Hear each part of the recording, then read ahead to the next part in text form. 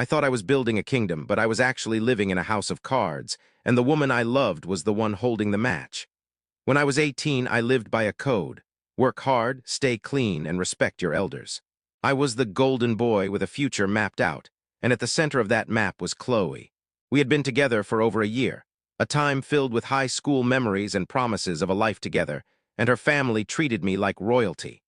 Her father, Mr. Miller, owned the town's most successful independent grocery store. He was a man of steel and integrity who saw a reflection of his younger self in me. I had even worked at his shop during my gap months, and we'd spend hours in the back office talking about business ethics while Chloe would watch from the doorway, smiling. He used to tell me, with a hand on my shoulder, that he finally felt his legacy was safe because a good man was looking out for his daughter. But that summer, the warmth of our relationship turned into a haunting, clinical chill. The shift was subtle at first, a cold draft in a warm room that you try to ignore until you're shivering. Chloe started staying late at the shop, claiming the inventory was a mess or that her dad needed her for the graveyard shifts. Then the weekends, our sacred time, simply vanished. Every time I reached out, I was met with a wall of excuses that sounded more like rehearsed scripts than reality. I believed her because my loyalty was a blindfold. I respected her hustle because I was a workaholic myself. But the silence grew deafening. Hours would stretch into days without a text, and when we did see each other, she was a ghost of the girl I knew. Her eyes were glazed, her skin had a sickly, sallow pallor, and she was always twitching, clutching her phone like it was the only thing keeping her tethered to the earth.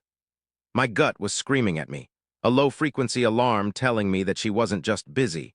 She was slipping away into a world I didn't recognize. The shattering of my reality finally came on a rainy, miserable Tuesday that I'll never forget. My phone buzzed with a call from Mark, a friend who hung around the rougher edges of town. His voice was a frantic, jagged whisper. "Man, I'm at that dive bar near the old tracks. The one the junkies and lowlifes haunt. I just saw Chloe. She's not at the store, man. She's in a booth in the back, and she's with him, her ex, Jackson." The name hit me like a physical blow. Jackson was a bottom feeder, a high school dropout who made his living selling pills to kids and local addicts. He was the definition of a dirtbag, a predator who thrived on other people's weaknesses. My blood turned to liquid nitrogen in my veins. I didn't call her. I didn't scream. Instead, I became a predator myself. I spent the next 3 agonizing weeks playing the part of the doting, oblivious boyfriend, practically begging for her time and acting like the too nice guy she expected me to be, all while my soul was eroding from the inside out. I needed proof. I needed to see the monster behind the mask before I tore it off.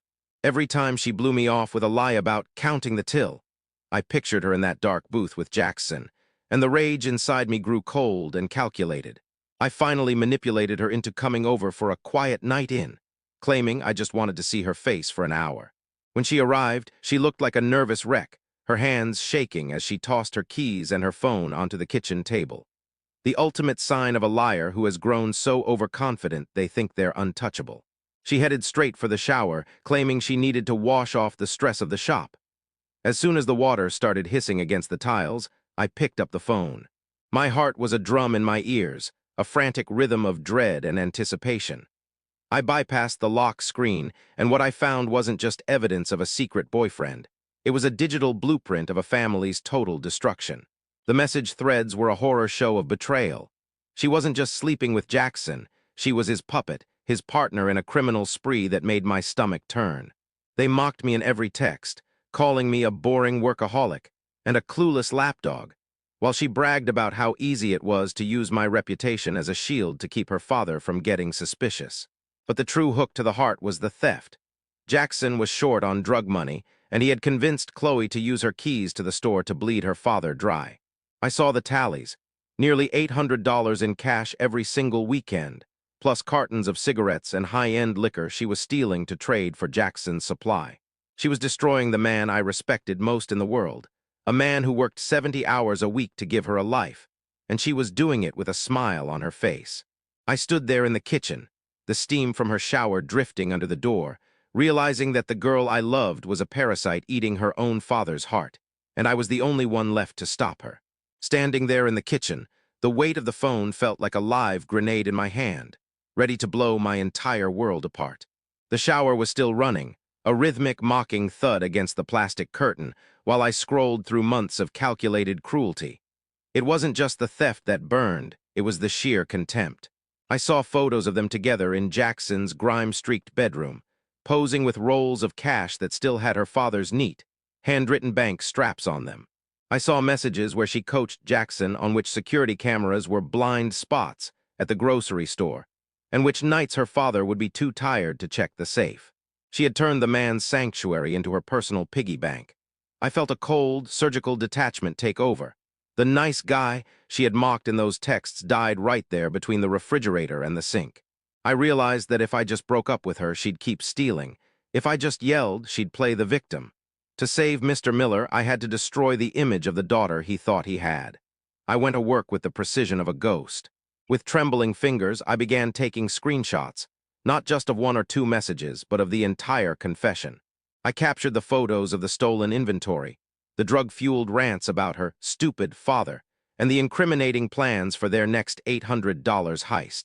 My heart was thundering, a frantic pulse in my throat, as I opened her contact list and scrolled down to Dad. I felt a momentary pang of guilt for the man. I knew this would be the hardest phone call of his life, but I knew that silence was an even greater betrayal. I selected every single piece of evidence and hit send.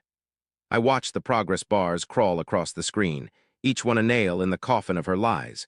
To ensure there was no mistaking who was behind the curtain, I followed the barrage of images with a final, devastating text from her own device.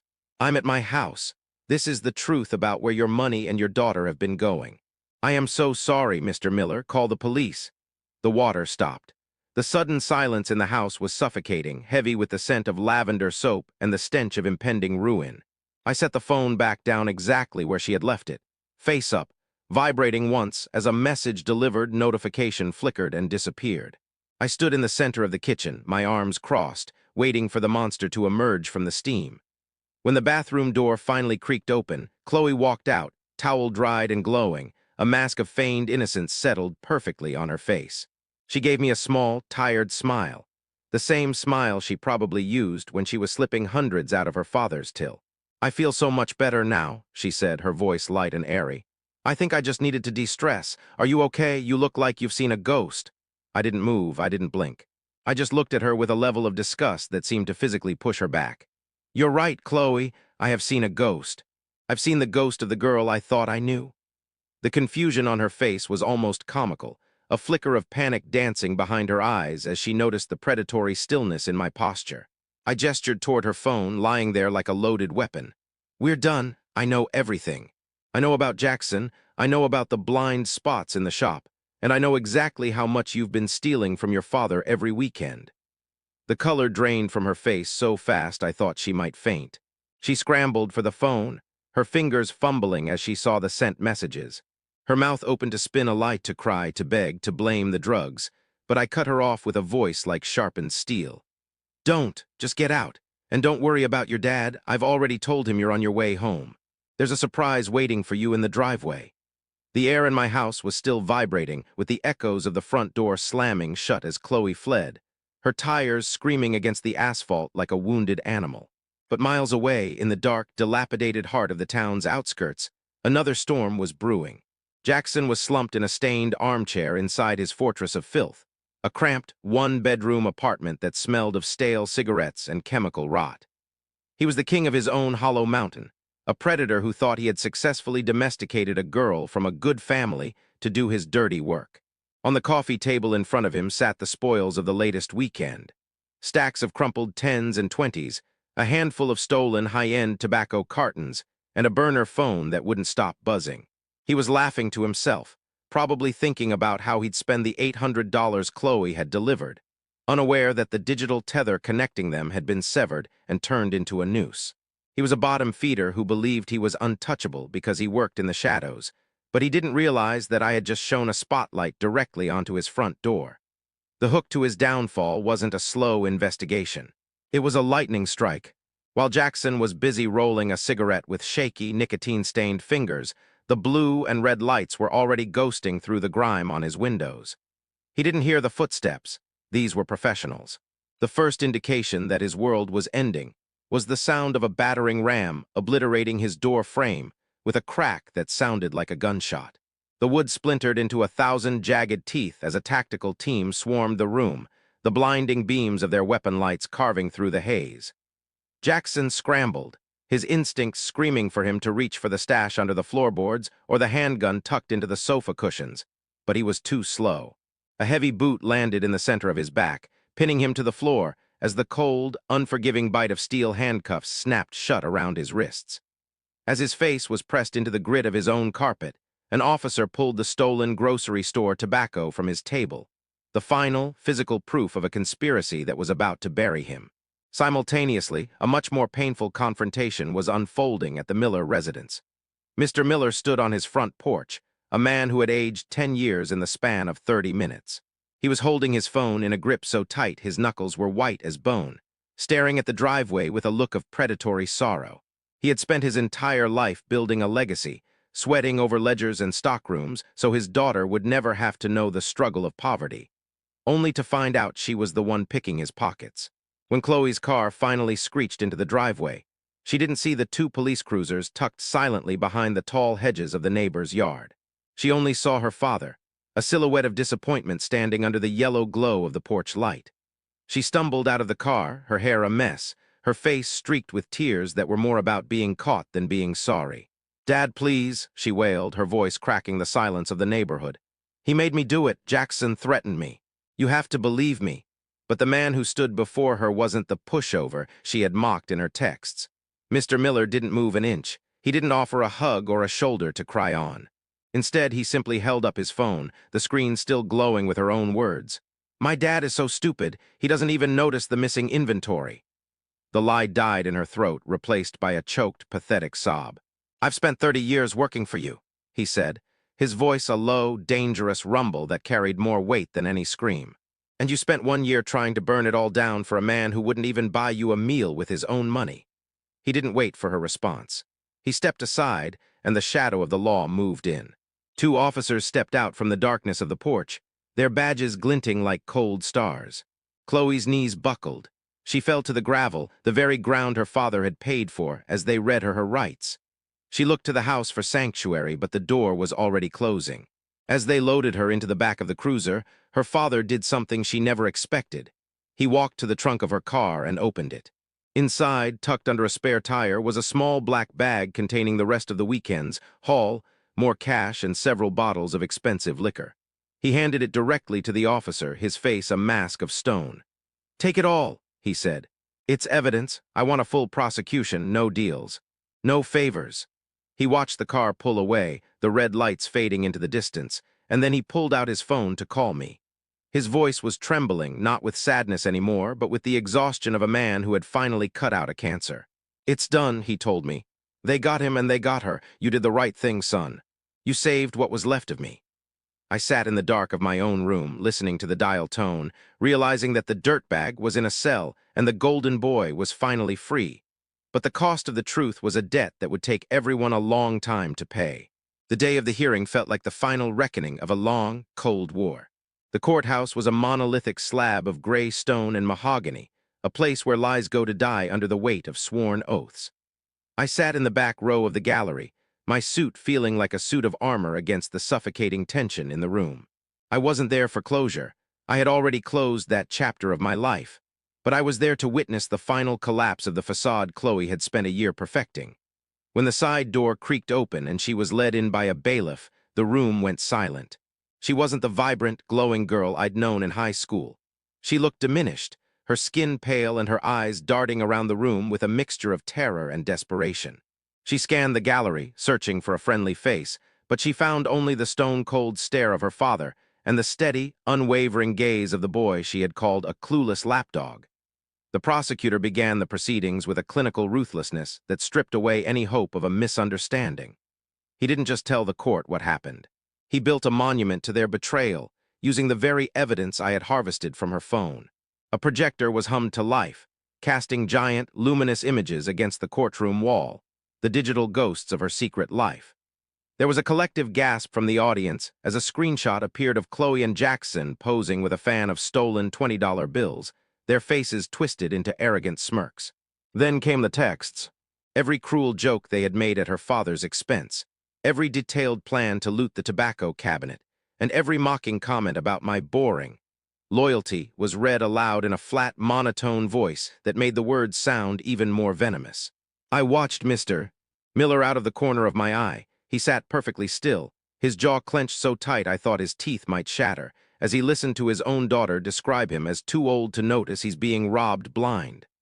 Then came the revelations about Jackson. He was brought in separately, shackled at the wrists and ankles, looking every bit the predator I knew him to be.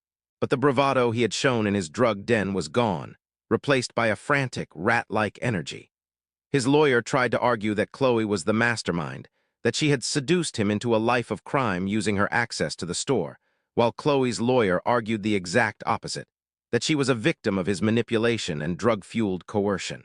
It was a pathetic display of two scavengers turning on each other the moment the lights were turned on.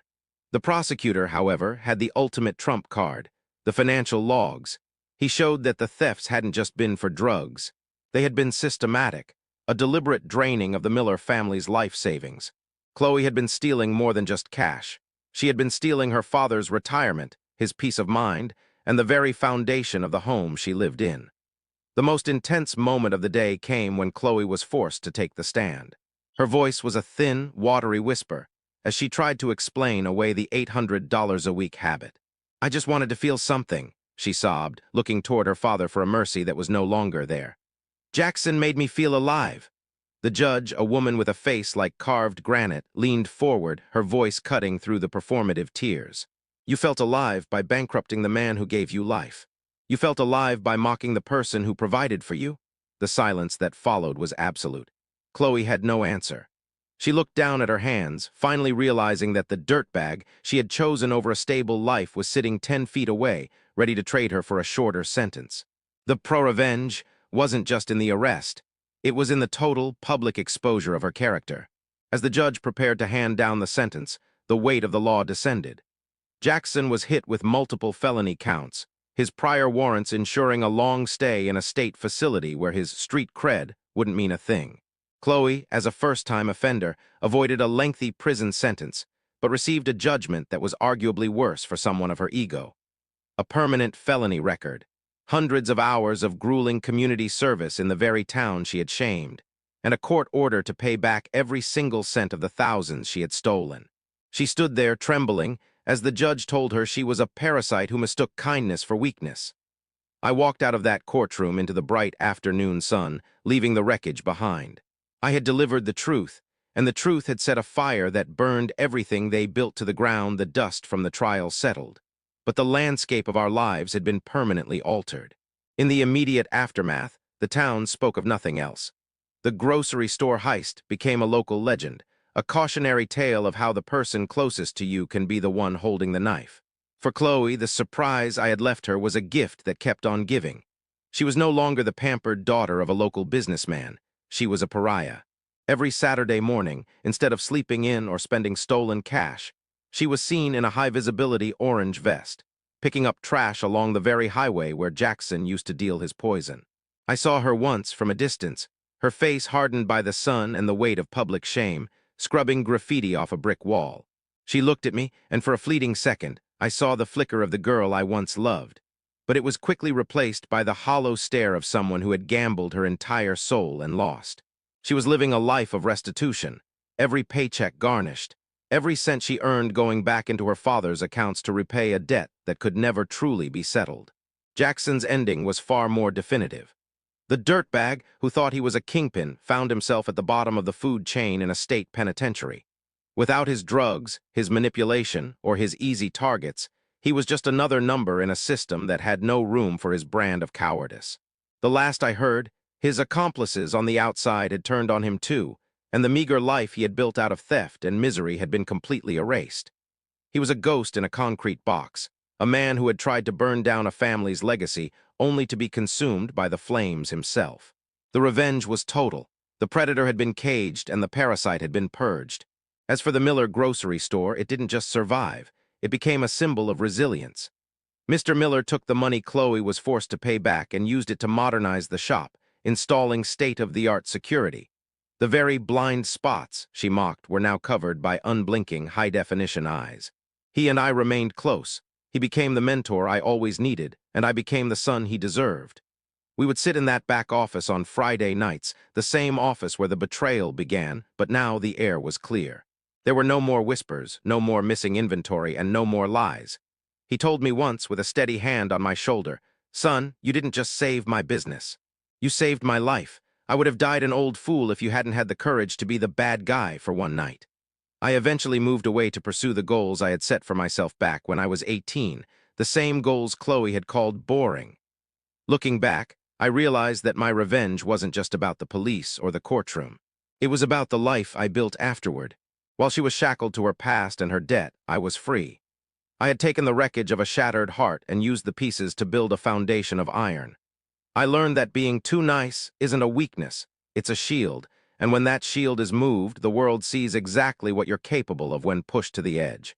The story ends not with a scream, but with the quiet, satisfied hum of a life well lived. Chloe is a memory, Jackson is a statistic, and I am the man who walked through the fire and came out stronger on the other side. Justice isn't always a gavel hitting a block. Sometimes, it's just the sound of a door locking behind a person who never deserved to be in your house to begin with. I wiped my hands clean of the filth, stepped into the light of a new day, and never looked back.